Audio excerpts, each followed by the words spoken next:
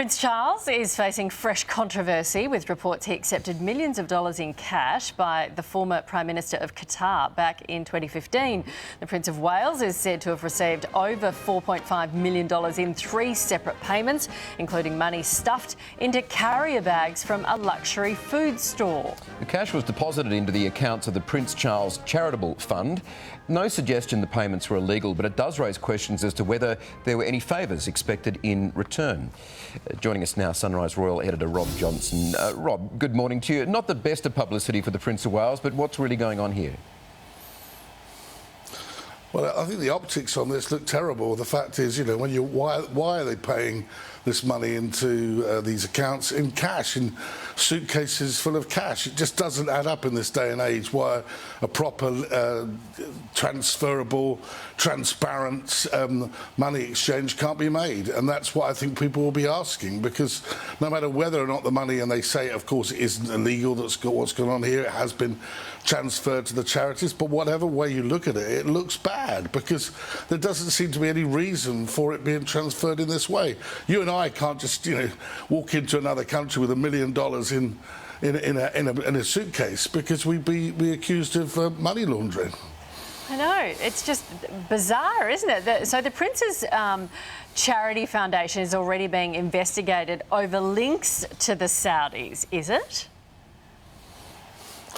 Yes, and there's also to the way that money has been paid into his other charitable foundations. The problem you've got here at the moment is, with the Crown in transition as it is, with the Queen at 96 and the Prince of Wales effectively taking over from the Queen, that to have these sort of situations, this is embarrassing. It's something that the Queen would never get involved with. She may lend her name to be the patron of a particular charity, but she never really during her time has been involved in sort of having her own charity in the way that the Prince of Wales has over his time as the heir to the throne. So I think the problem here is that so much money is in so many of the charities the Prince supports, and he does support a lot, really depend on him to keep going. And I think that there's obviously a lot of pressure for that to happen. But this just is a very bad look.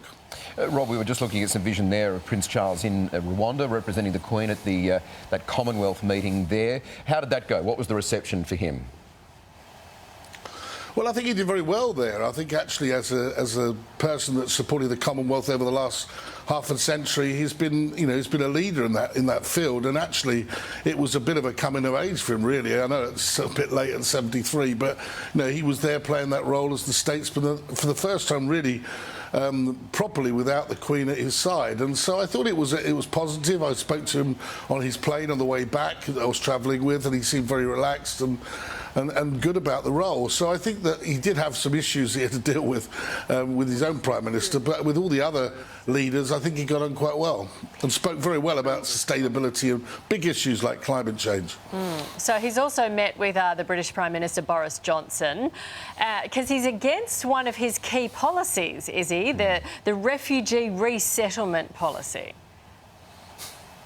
Yeah, I mean, it was ironic, wasn't it, that the Heads of Government Summit was in Rwanda, where the British government want to resettle illegal immigrants and asylum seekers.